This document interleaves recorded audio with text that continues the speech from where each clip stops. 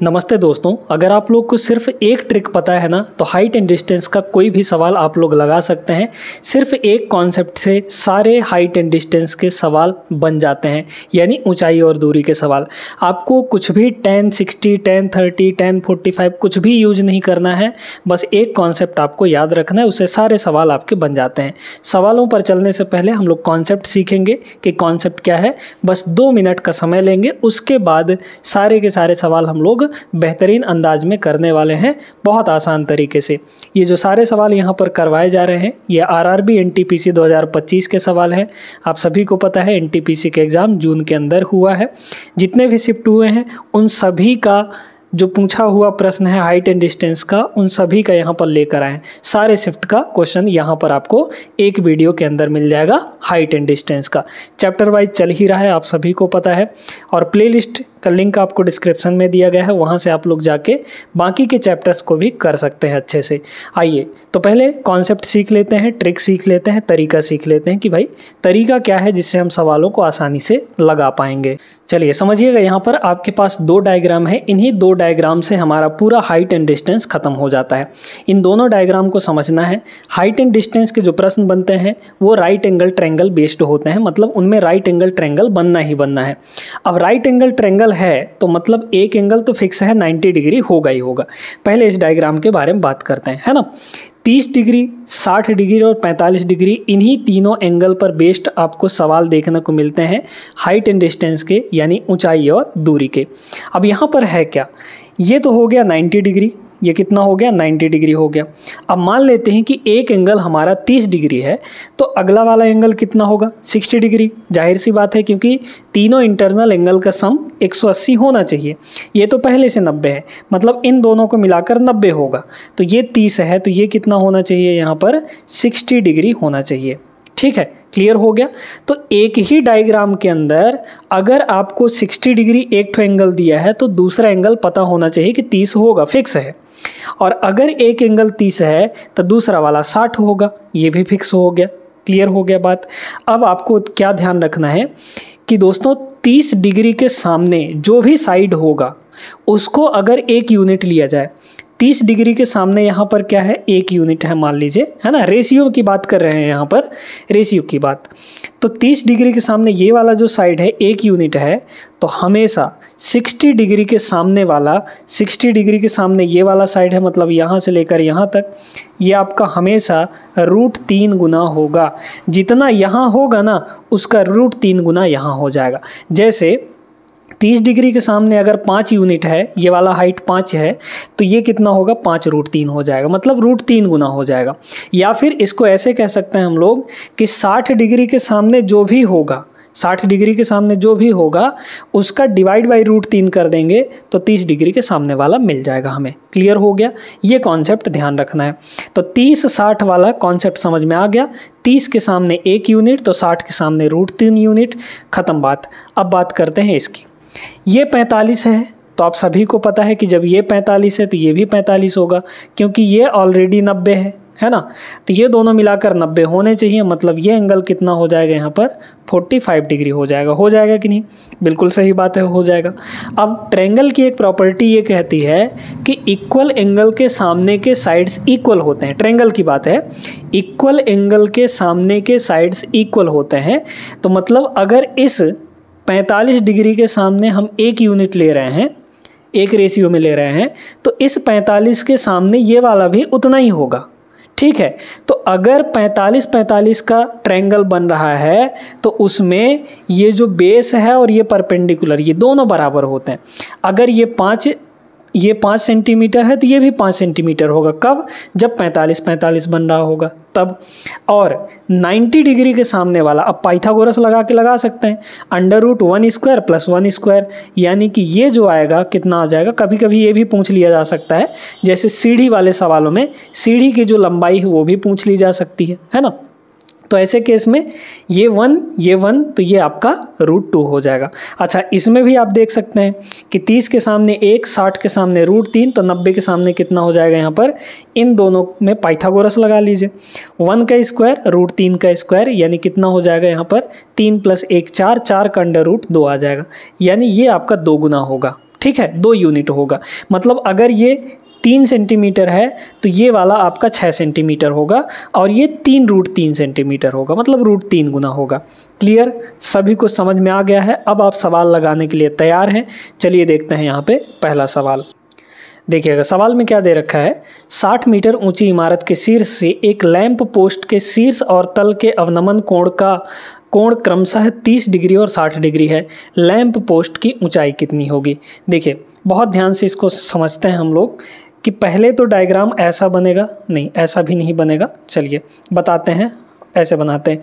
एक 60 मीटर ऊंची इमारत के शीर्ष से लैंप पोस्ट, ठीक है, ऐसे बन रहा है। ये हमारा ऐसे ज़मीन बना लीजिए, है ना, ये हमारा ज़मीन हो गया। फिर यहाँ पर 60 मीटर ऊंची एक इमारत है, 60 मीटर ऊंची एक इमारत है और कुछ दूर पर यहाँ पर क्या है, एक लैंप पोस्ट है। ये लैंप पोस्ट हो गया। तो यहाँ से जो अवनमन कोण बन रहा है, अच्छा अब अवनमन कोण यानी एंगल ऑफ डिप्रेशन और एंगल ऑफ एलिवेशन यानी उन्नयन कोण, इसको समझ लीजिए। जब नीचे से ऊपर की तरफ देखा जाता है, जैसे मान लीजिए यहाँ से यहाँ देखा जाता तो उन्नयन कोण होता यानी एंगल ऑफ एलिवेशन होता, लेकिन यहाँ से यहाँ जब देखा जाएगा तो एंगल ऑफ डिप्रेशन बनेगा। और वो कहाँ पर बनेगा? हॉरिजॉन्टल के साथ, है ना, यानी कि क्षैतिज रेखा के साथ। तो देखिए अगर हम इसको यहाँ से ऐसे मिला दें और इसको यहाँ से ऐसे मिला दें, क्या बोला है, शीर्ष और तल। शीर्ष ये हो गया, तल ये हो गया। मतलब इस इमारत के शीर्ष से इस लैंप पोस्ट के शीर्ष का और इसके तल का जो अवनमन कोण है वो 30 डिग्री और 60 डिग्री है। अब अवनमन कोण हमेशा हॉरिजॉन्टल के साथ बनता है। हॉरिजॉन्टल ये रहा हमारा, इस तरीके से होगा हॉरिजॉन्टल। तो एंगल कौन कौन सा बन रहा है? ये एंगल आपका 30 डिग्री कह रहा है इसको, है ना, और यहाँ से यहाँ तक ये पूरा एंगल आपका 60 डिग्री बन रहा है, कह रहा है ना, 30 डिग्री और 60 डिग्री। क्लियर हो गया। एक चीज़ ध्यान रखिएगा कि जो एंगल ऑफ एलिवेशन होता है और एंगल ऑफ डिप्रेशन हमेशा न्यूमेरिकल वैल्यू उनकी बराबर होती है। मीनिंग भले अलग अलग होता है लेकिन वैल्यू बराबर होगा। क्यों? अब समझिए इसको। मान लीजिए कि हम इसको यहाँ से ऐसे मिला दें, है ना, ध्यान से समझते जाइएगा। पहला ही सवाल तगड़ा सवाल आ गया है। तो ये जो 30 डिग्री है यहाँ पर भी 30 डिग्री ही होगा। यहाँ पर कितना होगा? 30 डिग्री बन जाएगा, ठीक है, 30 डिग्री ये होगा। और ये जब 60 डिग्री है तो ये भी आपका 60 डिग्री होगा। मतलब हम यहाँ से कह सकते हैं कि एंगल ऑफ एलिवेशन और एंगल ऑफ डिप्रेशन यानी अवनमन कोण और उन्नयन कोण बराबर होंगे, ठीक है। ये अवनमन था, ये उन्नयन है, ये अवनमन है 60, तो यहाँ पर भी ये 60 डिग्री होगा उन्नयन कोण, है ना। क्लियर हो गया। ये जो टोटल हाइट दी गई है आपको यहाँ से लेकर यहाँ तक, ये जो टोटल हाइट है दोस्तों यहाँ पर 60 मीटर है ना। ये कितनी है टोटल? यहाँ पर 60 मीटर के बराबर है। फिर देखिए यहाँ पर, ठीक है, लैंप पोस्ट की ऊंचाई मतलब हमें ये चाहिए, है ना, ये चाहिए हमें यहाँ पर। अब समझिए यहाँ पर बहुत ध्यान से इस चीज़ को समझिएगा कि अगर हम इस बड़े वाले ट्रायंगल में देखें, इसको छोड़ देते हैं, अभी 60 वाले में देखते हैं। 60 वाले में ये आपका 60 है तो ये कितना होना चाहिए? 30 होना चाहिए, क्योंकि ये तो 90 है ऑलरेडी, ये 30 होगा। ये कितना होगा? 30 हो जाएगा। अब ये बताइए 60 के सामने यहाँ पर 60 है तो 30 के सामने कितना होगा? 60 के सामने जो भी रहता है उसका डिवाइड बाई √3 30 के सामने हो जाता है। मतलब आप ऐसा समझिए ना, देखिए रेशियो की बात कर रहे हैं। 30 के सामने मान लीजिए ये 1 यूनिट है ना, तो 60 के सामने अभी अभी बताएं कि ये पूरा का पूरा कितना होगा? √3 यूनिट होगा, है ना। यही √3 आपको 60 के बराबर दिया गया है, तो हम लोग कह सकते हैं कि √3 की वैल्यू जो है वो 60 मीटर है। तो 1 यूनिट की वैल्यू कितनी हो जाएगी? 60/√3 हो जाएगा। 60/√3 हो गया। मतलब ये हमें मिल चुका है, ठीक है, ये हमें यहाँ मिल गया है। समझते जाइएगा यहाँ पर। तो अगर ये यहाँ से यहाँ तक 60/√3 है तो यहाँ से ये भी तो आपका 60/√3 होगा। क्यों? क्योंकि ये और ये दोनों बराबर हैं, तो यहाँ से लेकर यहाँ तक ये आपका 60/√3 हो गया कि नहीं। अब देखिए इस वाले ट्रायंगल की बात करते हैं। यहाँ पर ये जो 30 है इसको हटा दीजिए, ये 30 है तो ये टोटल कितना होगा? ये वाला 60 हो जाएगा, है ना, 60 हो जाएगा। तो 30 के सामने ये वाला, अब इसकी बात कर रहे हैं, यहाँ से लेकर सिर्फ यहाँ तक की बात हो रही है ना, यहाँ से लेकर सिर्फ यहाँ तक। तो 30 के सामने 1 यूनिट, तो यहाँ पर कितना हो जाएगा, √3 यूनिट हो जाएगा। तो ये हो गया √3 यूनिट, है ना, यहाँ से लेकर यहाँ तक, क्योंकि ये 60 होगा। ठीक है, अभी छोटे वाले ट्रायंगल की बात कर रहे हैं। तो √3 की जो वैल्यू है, √3 की वैल्यू छोटे वाले ट्रायंगल के लिए वो कितना है, 60 √3 हमने निकाला है। तो √3 की वैल्यू 60/√3 है। तो इसकी वैल्यू कितनी हो जाएगी, ये 1 यूनिट की वैल्यू कितना होगा, 60 अपॉन ये √3 नीचे जाके यहाँ पे मल्टीप्लाई होगा, तो √3 × √3 3 हो जाएगा, यानी ये आ गया सीधे सीधे आपका 20, है ना। तो ये यहाँ से यहाँ तक ये 20 होगा। अब ये बताइए, ये आपका 20 है, ठीक है, ध्यान देते जाइएगा।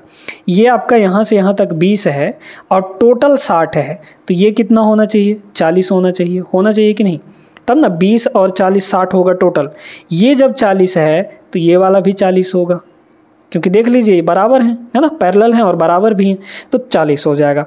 40 यहाँ पर करेक्ट आंसर है। लैंप पोस्ट की जो ऊंचाई होगी वो 40 हो जाएगी, ऑप्शन नंबर फर्स्ट। ठीक है, इतना लिखने पढ़ने की भी ज़रूरत नहीं है दोस्तों, आप सिर्फ डायग्राम से ही सारी चीज़ें कर सकते हैं अगर आप प्रैक्टिस कर लेंगे एक बार तो। और इस क्लास में बहुत अच्छे अच्छे प्रश्न लेकर आए हैं, तो आपको प्रैक्टिस अच्छे से हो जाएगी। ठीक है, टेंशन मत लीजिएगा, अभी और आगे सवाल हैं, अच्छे अच्छे सवाल हैं जिनसे आपको बहुत कुछ सीखने को मिलेगा। हम लोग चलते हैं दूसरे सवाल पर। देखिएगा क्या कहा जा रहा है, जमीन पर एक बिंदु से पहाड़ी की चोटी का उन्नयन कोण 60 है। यदि पहाड़ी की ऊंचाई 171 मीटर ऊंची है तो दिए गए बिंदु से पहाड़ी की चोटी तक की दूरी कितनी होगी। अच्छा, क्या बोला है, दिए गए बिंदु से पहाड़ी की चोटी तक की दूरी हमें निकालनी है ना। तो यहाँ पर बनाते हैं, ये हमारा रहा यहाँ पर जमीन सबसे पहले बनाइए। ठीक है, ये हो गया, और ये रहा हमारा पहाड़ी आपको दिया गया है। ज़मीन पर ये एक पॉइंट है, यहाँ से इस पॉइंट तक का जो उन्नयन कोण है, एंगल ऑफ एलिवेशन, ये होगा एंगल ऑफ एलिवेशन, ये कितना है, 60 डिग्री है। ठीक है, अब हमें पहाड़ी की ऊंचाई दी गई है 171, ये आपका कितना है, 171 मीटर के बराबर, है ना। ये 60 है तो ये कितना होगा, आप सभी को पता है, ये 30 हो जाएगा। ठीक है, 30 के सामने अगर 1 यूनिट होता है तो ये वाला आपका कितना हो जाएगा, √3 यूनिट हो जाएगा। और जब ये √3 यूनिट है तो 90 डिग्री के सामने कितना होता है, 2 गुना हो जाता है, यानी कि 2 यूनिट हो जाता है। आपको डायग्राम बना के समझा चुके हैं सारी चीज़ें, तो अब बताने की ज़रूरत नहीं पड़नी चाहिए। ठीक है, हमें पूछा क्या था, बिंदु से पहाड़ी की चोटी, ये बिंदु रहा, यहाँ से इस चोटी तक की दूरी निकालनी है, मतलब ये निकालना है हमें, 2 यूनिट की वैल्यू चाहिए। √3 कितना है, √3 की जो वैल्यू है वो कितनी दी गई है, 171, भाई यही ना √3 है, और उसकी एक्चुअल वैल्यू 171 है। यूनिट में वैल्यू √3 है, एक्चुअल में वैल्यू 171 है, तो दोनों को बराबर करेंगे, है ना, 171 आ गया। तो 1 यूनिट की वैल्यू कितनी हो जाएगी यहाँ पर, 171 डिवाइड बाई √3, है ना, डिवाइड बाई √3। अच्छा, हमें 2 यूनिट की वैल्यू चाहिए, तो 2 यूनिट की वैल्यू निकालने के लिए 2 से मल्टीप्लाई कर दीजिए, ख़त्म बात। अच्छा, लेकिन अब जो आपको दिया गया है ऑप्शन में वो इस फॉर्म में नहीं दिया गया, तो क्या करेंगे, इसका रेशनलाइजेशन करने के लिए क्या करते हैं, ऊपर नीचे √3 से मल्टीप्लाई कर लीजिए, ये √3 है चूँकि, है ना, बस। तो देखिए ये हो जाएगा 171 मल्टीप्लाई 2, और नीचे होगा √3 मल्टीप्लाई होके 3, और यहाँ पर √3, 3 से काटेंगे तो कितना हो जाएगा, 3 × 5 = 15, 3 × 7 = 21, 57 दूना 114, तो 114, है ना, 114 √3 आ जाएगा, 114 √3 metre is the correct answer, option number D होगा। बढ़िया सवाल था, आई होप सभी लोग समझ गए होंगे, बिना किसी दिक्कत के अब ऐसे सवाल बनने लगेंगे। ठीक है, ये 15 सवाल अगर आप करते हैं तो बहुत अच्छे तरीके से आप लोग हाइट एंड डिस्टेंस में कमांड कर ले जाएंगे। आगे जो भी पेपर आने वाले हैं उनके लिए महत्वपूर्ण है, इसलिए छोड़िएगा नहीं, स्किप मत करिएगा। देखिए यहाँ पर ये भी आसान सही प्रश्न है, ज़्यादा कठिन नहीं है। कॉन्सेप्ट पता है, बस वही कॉन्सेप्ट है आपके पास मिला जुला कर, कॉन्सेप्ट पता है तो ये सवाल आराम से बन जाएगा। एक ऊर्ध्वाधर छड़ की लंबाई और उसकी छाया का जो अनुपात है वो 2:√12 दिया गया है। सूर्य का उन्नयन कोण कितना होगा? हम तो डायरेक्टली बता सकते हैं यहाँ से, लेकिन फिर भी आपको यहाँ पर बता देते हैं। ठीक है, एक छड़ है और उसका छाया इस तरीके से बन रहा है, ये छड़ हो गया, ये छाया उसकी बन रही हो गई यहाँ से लेकर यहाँ तक, है ना। तो ठीक है भाई, देखिए यहाँ पर ये लंबाई है, ये आपका शैडो है, तो L रेशियो जो S है यानी लंबाई और छाया का जो अनुपात है, लंबाई और शैडो, वो कितना है? 2 रेशियो यहाँ पर √12 है। √12 को 2√3 भी लिख सकते हैं। ठीक है, कैसे? क्योंकि ये 4 होगा, 4 × 3 होगा, 4 बाहर आ जाएगा यानी कि 2√3 हो जाएगा। अच्छा, काटेंगे तो ये कितना होगा? 2 × 1 = 2 और यहाँ पर √3 हो जाएगा, यानी ये आपका 1 यूनिट होगा और ये आपका √3 यूनिट होगा, ये आपका √3 यूनिट होगा। अब बताइए 1 और √3 किस में बनता है? 30 और 60 वाले में। तो 30 के सामने 1 यूनिट, 60 के सामने √3 यूनिट, मतलब ये आपका 30 डिग्री होगा, तभी ना 30 के सामने 1 यूनिट, और ये आपका 60 डिग्री हो जाएगा, है ना। ये आपका कितना होगा? 60 डिग्री हो जाएगा, तब तो 60 के सामने √3 यूनिट बनेगा। हमें पूछा क्या था? सूर्य का उन्नयन कोण। उन्नयन कोण ये होता है दोस्तों, ठीक है, उन्नयन कोण ये हो जाएगा। तो कितना है उन्नयन कोण? 30 डिग्री। ऑप्शन नंबर डी इसका राइट आंसर है। ठीक है, समझ में आ गया कि नहीं? अच्छे से क्लियर हो गया होगा। आगे चलते हैं हम लोग। इसको देखिए यहाँ पर क्या बोला है इसमें, 14 मीटर लंबी एक ऊर्ध्वाधर यानी कि वर्टिकल छड़ है, जमीन पर 5 मीटर लंबी छाया बनाती है। उसी समय एक टावर जमीन पर 44.5 मीटर लंबी छाया बनाता है। टावर की ऊंचाई कितनी होगी? सेम टाइम, ठीक है, सेम टाइम सेम जगह। ठीक, देखिए क्या कह रहा है कि भाई कुछ ऐसे है, 14 मीटर लंबी छड़ जो है वो ज़मीन पर इतना मीटर का छाया बनाती है। अब ये थोड़ा सा अलग है, सेम टाइम पर यहाँ पर एक जो टावर है वो भी ज़मीन पर इतना मीटर छाया बनाती है ना, सेम टाइम पर। तो जब सेम टाइम पर है तो जो एंगल ऑफ एलिवेशन है सन का, क्योंकि सन के वजह से ही छाया बनेगी, है ना, तो सन का जो एंगल ऑफ एलिवेशन है वो बराबर होगा। मतलब ये और ये बराबर होगा कि नहीं? ठीक है, इसको जो कह रहा है कि भाई 14 मीटर, ये आपका 14 है ना, ये आपका 5 है ना, कितना है? ये 14 है, तो ये जो शैडो है यहाँ से लेकर यहाँ तक ये 5 मीटर का बन रहा है। अब कह रहे हैं कि टावर ज़मीन पर इतने मीटर, मतलब कि 44.5 मीटर लंबी छाया बनाती है, तो ये हमें निकालना है। इसको मान लीजिए H, है ना। अब ये बताइए कि ये जो ट्रायंगल हैं ये समरूप त्रिभुज हैं, समरूप यानी सिमिलर ट्रायंगल्स हैं। सिमिलर ट्रायंगल्स में सिमिलर ट्रायंगल क्यों है? क्योंकि भाई ये एंगल दोनों के लिए बराबर है, जो भी ये होगा, हमको अभी नहीं पता कि कितने का होगा, 30 होगा, 60 होगा, 40 होगा, 45 होगा, जो भी होगा तो ये एंगल और ये एंगल, ये एंगल और ये एंगल बराबर होगा, क्योंकि सेम टाइम पे छाया बन रही है ना। तो ये हुए सिमिलर ट्रायंगल। सिमिलर ट्रायंगल्स में करस्पॉन्डिंग साइड्स का जो रेशियो होता है वो इक्वल होता है। मतलब यहाँ पर हम कह सकते हैं कि इसका लंब और इसका लंब, ठीक है, यानी कि 14 डिवाइड बाई जो H है, रेशियो ले रहे हैं, ये बराबर होगा 5 डिवाइड बाई ये, है ना, 5 डिवाइड बाई यहाँ पर 44.5। ठीक है, क्लियर हो गया बात अच्छे से कि नहीं? हमें H निकालना है, तो ये इधर जाएगा, 5 नीचे आ जाएगा, तो ये हो गया आपका 14 × 44.5 डिवाइड बाई आपका हो जाएगा 5 इज इक्वल टू यहाँ पर हो गया H। यही H हमको चाहिए था, निकाल लीजिए काटा पीटी करके, है ना। इसको 10 बना लीजिए, 10 बनाएंगे तो ये 2 से मल्टीप्लाई हो जाएगी, या फिर इसको 2 से मल्टीप्लाई कर लीजिए, है ना। तो कितना हो जाएगा? इसको 2 से मल्टीप्लाई कर लीजिए, यहाँ पर देखिए बड़े ध्यान से, इसको 2 से मल्टीप्लाई कर लीजिए, तो ऊपर भी 2 से मल्टीप्लाई करना पड़ेगा। तो क्या होगा? 44 का डबल 88 और 0.5 का डबल 1, मतलब 89 हो गया। 89 × 14, तो यहाँ पर हो जाएगा 14 × 89, है ना, डिवाइड बाई ये 10 होगा, क्योंकि 10 इसलिए बनाया है क्योंकि 10 से डिवाइड करना आसान होता है। अब यहाँ पर इकाई अंक लगा लीजिए, यूनिट डिजिट लगा लीजिए, क्योंकि भाई 10 से मल्टीप्लाई होगा तो एक अंक छोड़ के बस दशमलव लग जाएगा।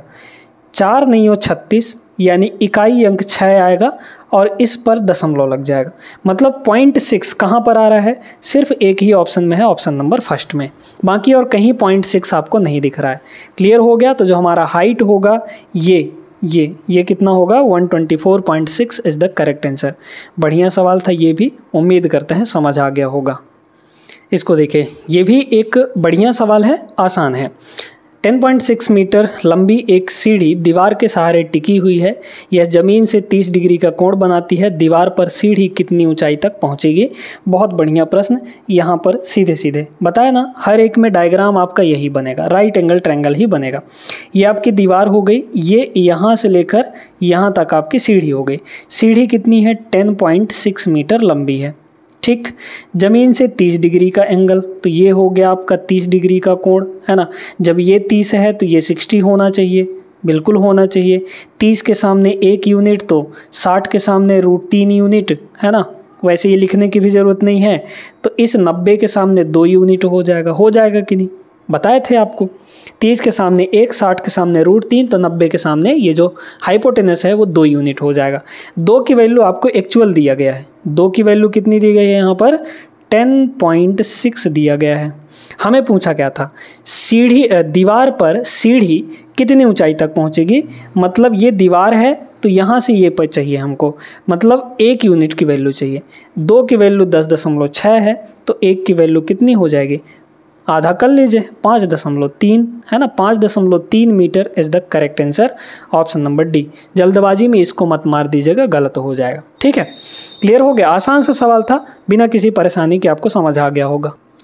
देखिएगा, अब इस सवाल में थोड़ा सा ट्रिग्नोमेट्री का सहारा लेना पड़ेगा, थोड़ा सा, ज़्यादा नहीं। दीवार के सहारे टिकी एक सीढ़ी क्षैतिज ग्राउंड के साथ थीटा डिग्री कोण बनाती है, मतलब ज़मीन के साथ। इस प्रकार tan थीटा 15/8 है। यदि दीवार से सीढ़ी के शीर्ष की जो ऊंचाई है वो 30 मीटर है, तो दीवार से सीढ़ी के पाद की दूरी कितनी होगी। बहुत बढ़िया, हम तो बता सकते हैं 16 होगा, बी ऑप्शन होगा। ऐसे ही देख के बता दिए, लेकिन आपको समझना है। यहाँ पर देखिए, यहाँ पर फिर से वही चीज़ है ना, इस तरीके से बना गया है। ये आपको थीटा डिग्री दिया गया है। जब ये थीटा दिया है तो tan थीटा 15/8 है। tan थीटा होता कितना है आपका, लंब यानी परपेंडिकुलर डिवाइड बाई बेस, है ना। तो ये हुआ आपका लंब, ये हुआ बेस, है ना, लंब बटे आधार। तो लंब कितना, 15, ये वाला आपको 15 दिया गया है और ये आपको 8 दिया गया है यूनिट में, रेशियो में। ठीक है, कह रहा है कि यदि दीवार से सीढ़ी के शीर्ष की ऊंचाई, दीवार से सीढ़ी का जो शीर्ष है इसकी ऊंचाई कितनी है, यहाँ पर 30 है। तो ये आपको एक्चुअल में 30 मीटर, यूनिट में यानी रेशियो में 15 दिया गया है, लेकिन एक्चुअल में 30 दिया गया है। हमें पूछा है दीवार से सीढ़ी के पैर की दूरी ज्ञात कीजिए। दीवार से सीढ़ी के पैर की दूरी, ये बताइए।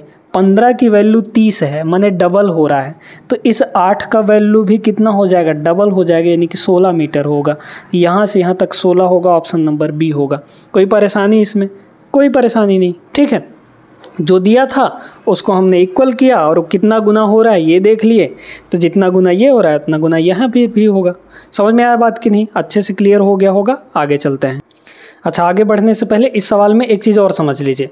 अगर आपको सीढ़ी की लंबाई निकालनी होती तो क्या करते भाई। देखिए, ये 8 है, ये 15 है, तो ये पक्का आपका 17 होगा। ट्रिपलेट पढ़े है ना, पाइथागोरस थ्योरम। 8, 15, 17 ये ट्रिपलेट होते हैं। 8 का स्क्वायर प्लस 15 का स्क्वायर जोड़ के रूट ले लेंगे तो 17 आ जाएगा। ठीक है, तो ये आ जाएगा 17। मतलब 15 की वैल्यू 30 है तो 17 की वैल्यू कितनी होगी, डबल ये भी हो जाएगा, यानी कि 34 होगा।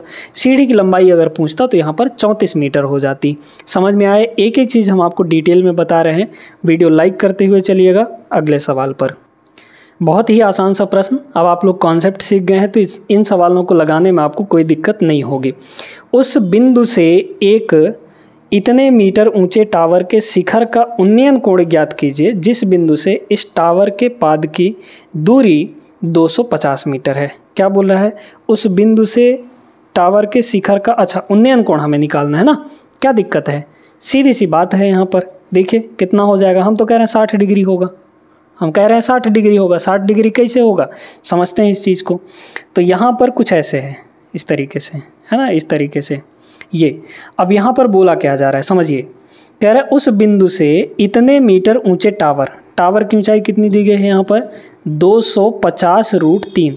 ध्यान से देखते जाइएगा, 250√3 दिया गया है यहाँ पर, ये जो हाइट है। फिर कह रहा है शिखर का उन्नयन कोण यहाँ होगा, ये थीटा होगा, है ना।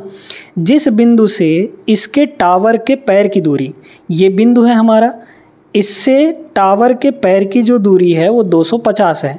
डायग्राम एक बार बन गया तो सवाल को लगाने से कोई नहीं रोक सकता, बस इतना ध्यान रखिएगा। अब यहाँ पर आपको साफ तौर पर दिख रहा है, जितना यहाँ है उसका √3 गुना यहाँ है। भाई ये 250 है, ये 250√3 है। तो आपको बताया गया था कि 30 के सामने जो भी होगा 60 के सामने उसका √3 गुना हो जाएगा। तो 30 के सामने मतलब ये हमारा 30 डिग्री होगा, 30 के सामने जो भी है वही 60 के सामने √3 गुना हो सकता है। तो ये एंगल कितना हो जाएगा यहाँ पर, 60 डिग्री हो जाएगा। बस डायग्राम से ही आपको सारी चीज़ समझ में आ गई कि नहीं। भाई 30 के सामने हमने बताया था कि जो भी होगा 60 के सामने उसका √3 गुना हो जाएगा। तो ये अगर 250 है तो उसका √3 गुना यहाँ हो रहा है, मतलब इसके सामने जो एंगल होगा वो 30 होगा और इसके सामने जो एंगल होगा वो 60 डिग्री होगा। ठीक है, तो ये आपका 60 डिग्री हो जाएगा, ऑप्शन नंबर बी। उन्नयन कोण पूछा था, आ गया हमारे पास। ठीक है ना, डायग्राम से ही आप उड़ा रहे हैं कि नहीं, कोई पेन चलाने की ज़रूरत नहीं, कोई tan थीटा वगैरह कुछ भी मानने की ज़रूरत नहीं पड़ रही है। यहाँ पर आपको tan 60, tan 30 किसी की वैल्यू याद रखने की आवश्यकता नहीं है हाइट एंड डिस्टेंस के सवालों में। ठीक है ना, बस कॉन्सेप्ट ध्यान रखना है आपको। ये वाला प्रश्न भी आराम से बन जाएगा। एक दीवार के सहारे टिकी हुई सीढ़ी का उन्नयन कोण 60 है, सीढ़ी का पाद दीवार से 4.5 मीटर दूर है, सीढ़ी की लंबाई कितनी होगी। बहुत आसान सा है ना। आप यहाँ पर सीधे सीधे बस एक छोटा सा ऐसे बना लीजिए, आपको सारा चीज़ दिख जाएगा। सीढ़ी का उन्नयन कोण 60 है, ये 60 है। जब ये 60 है तो ये 30 होगा, पक्का बात है कि 30 होगा। सीढ़ी का पाद दीवार से 4.5, ये आपको 4.5 दिया गया है। ये सीढ़ी का पैर है, ये दीवार है ना, तो 4.5 मीटर हो गया। हमें ये पूछा गया है क्या, सीढ़ी के, अच्छा ये पूछा है 30 के सामने 1, 60 के सामने √3, तो 90 के सामने कितना होता है, 2 गुना हो जाता है। मतलब 1 की वैल्यू 4.5 दिया है तो 2 की वैल्यू कितनी होगी, 9 नहीं हो जाएगा, डबल हो जाएगा। भाई 1 की वैल्यू 4.5 है, हमें 2 की चाहिए तो 2 से मल्टीप्लाई करिए। 4.5 का डबल कितना होगा, 2 से मल्टीप्लाई करेंगे तो 9 आ जाएगा। ये सीढ़ी की लंबाई 9 मीटर आ गई। क्या परेशानी था इसमें, कुछ नहीं, बस आपने छोटा सा एक डायग्राम बनाया और डायग्राम से ही आंसर आ गया, है ना। आपको बेसिक बिल्कुल भी नहीं लगाना। आगे चलिए, देखिएगा 9वां सवाल ये रहा। एक टावर से 30 मीटर दूर खड़ा व्यक्ति टावर के शीर्ष से 30 डिग्री का उन्नयन कोण बनाता है। टावर की ऊंचाई कितनी होगी, सीधी सी बात है 30 डिग्री है, 30 मीटर दूर खड़ा हुआ है तो आ जाएगा ये वाला। अब कैसे आएगा समझिए इस चीज़ को, है ना। देखते हैं यहाँ पर ये कुछ इस तरीके से 30 डिग्री का एंगल बन रहा है। यहाँ पर ये 30 है, कितना है 30 है। उन्नयन कोण ध्यान रखिएगा, उन्नयन अवनमन वैसे तो बराबर ही होता है बट उन्नयन और अवनमन का ध्यान रखिएगा। तो टावर के शीर्ष से 30 डिग्री का उन्नयन कोण बन रहा है, ये 30 है तो ये 60 होगा। 30 के सामने 1 तो 60, ये 60 है ना, ये 60 के सामने √3 यूनिट। ठीक है, हमें चाहिए क्या, टावर की ऊंचाई चाहिए, मतलब ये चाहिए। अच्छा 30 मीटर दूर खड़ा है, मतलब इस टावर से इस पॉइंट के बीच, मतलब ये यहाँ पर खड़ा है तो ये कितना है आपका 30 मीटर है, ये 30 है। तो जो √3 की वैल्यू हो 30 है। यहाँ पर जो √3 की वैल्यू है वो कितनी है, 30 मीटर है एक्चुअल में। हमें चाहिए क्या, ये चाहिए, टावर की ऊंचाई चाहिए, मतलब 1 चाहिए। तो 1 की वैल्यू कितनी हो जाएगी, 30 डिवाइड बाई √3, है ना। अब कह रहे होंगे कि ये तो कहीं नहीं दिख रहा है, तो इसको रेशनलाइज कर लीजिए, ऊपर और नीचे दोनों जगह √3 से मल्टीप्लाई कर लेंगे। ठीक है, तो ऊपर बन गया आपका 30 अंडर √3 डिवाइड बाई √3, ये 3 हो जाएगा। तो 3 से ये कटेगा 10 होगा। ठीक है, तो 10 √3 ऑप्शन नंबर फर्स्ट, पहले ही बता दिए थे। ठीक है, क्लियर हो गया। तो ऐसे आप लोग बिना पेन उठाए हुए विजुअलाइज कर सकते हैं चीज़ों को। बस आप अपने दिमाग में ये डायग्राम तुरंत बना लीजिए, कौन कहाँ क्या जा रहा है, इसको इक्वल करिए, ख़त्म कहानी, आ गया हमारा आंसर। आगे चलते हैं, इसको देखिएगा, ये भी कुछ उसी टाइप का सवाल है। समतल भूमि पर एक बिंदु P से शीर्ष मीनार का उन्नयन कोण 30 डिग्री है। यदि मीनार की ऊंचाई यहाँ पर 50 मीटर ऊंची है तो मीनार के आधार से बिंदु P तक की दूरी कितनी होगी? 50√3 हो जाएगी। Option number first. बना के चाहे देख सकते हैं इस तरीके से, है ना। ये जो शीर्ष का उन्नयन कोण है ये 30 है, ये 30 है आपका, ठीक है। अच्छा, क्या बोला है? यदि मीनार की ऊंचाई 50 है तो ये आपका 50 है ना, 50 मीटर है। हमें यहाँ से यहाँ तक का चाहिए। 30 के सामने जो भी रहेगा, ये चूंकि 60 होगा यहाँ पर, है ना, ये कितना होगा? 60 होगा। 30 के सामने जो भी रहेगा, 60 के सामने उसका √3 गुना हो जाएगा, मतलब ये आपका 50√3 होगा। यही तो पूछा था, 50√3। ऑप्शन नंबर फर्स्ट हो गया, ख़त्म। आगे चलिए, देखिएगा अब ये जो सवाल है इसमें 45 दिया गया है ना, और 45 दिया है तो आराम से आंसर बता सकते हैं हम, तो सीधा सीधा बता सकते हैं बी ऑप्शन होगा। कैसे? एक टावर ज़मीन पर लंबवत खड़ा है, ठीक है भाई, समझ गए। ज़मीन पर एक बिंदु से जो मीनार के पैर से यहाँ पर 27.6 मीटर दूर है। मीनार के शीर्ष का उन्नयन कोण 45 है। मीनार की लंबाई कितनी होगी? 45 में तो अभी बराबर बराबर होता है ना भाई, बराबर बराबर के यहाँ पर सिस्टम हो जाता है। देखिए ये 45 है, ये आपका कितना है? 45 है। तो जब ये 45 है तो ये भी 45 होगा, है ना, 45 होगा। तो इस 45 के सामने देखिए ये दिया गया है, ये वाला है ना, मीनार के पैर से यहाँ पर बिंदु की दूरी, ठीक है, जहाँ पर वो खड़ा है टावर, है ना। तो ये दिया गया है, एक सेकंड, हाँ ठीक है, यहाँ पर ये टावर ज़मीन पर लंबवत खड़ा है, ठीक है। ज़मीन पर एक बिंदु से जो मीनार के पाद से, अच्छा टावर मतलब मीनार है, मीनार के शीर्ष का ये निकालना है। तो ये हो गया आपका, बिंदु से कितना है यहाँ पर? 27.6 मीटर है। तो जितना भाई इस 45 के सामने इतना है तो इस 45 के सामने भी उतना ही होगा, बराबर होगा, एक एक यूनिट होता है। तो यहाँ पर भी आपका 27.6 मीटर हो जाएगा, है ना। यहाँ पर कंफ्यूज मत होइएगा, टावर और यहाँ पर मीनार मतलब वही है, ठीक है। क्लियर हो गया? क्लियर है। तो आगे चलते हैं अगले सवाल पर हम लोग। इसको देखें, ये एक बढ़िया प्रश्न है। 12 मीटर और 20 मीटर ऊंचे लंबे 2 खंभे समतल जमीन पर लगे हुए हैं। खंभों के निचले हिस्सों के बीच की दूरी 15 है, तो उनके शीर्षों के बीच की दूरी कितनी होगी?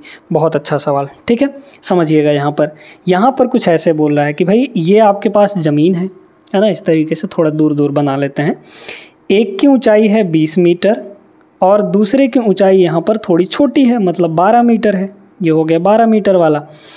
कह रहा है यहाँ पर निचले हिस्सों के बीच की दूरी 15 है, मतलब यहाँ से लेकर यहाँ तक 15 दिया गया है ना, बना ही देते हैं। ये आपका 15 है।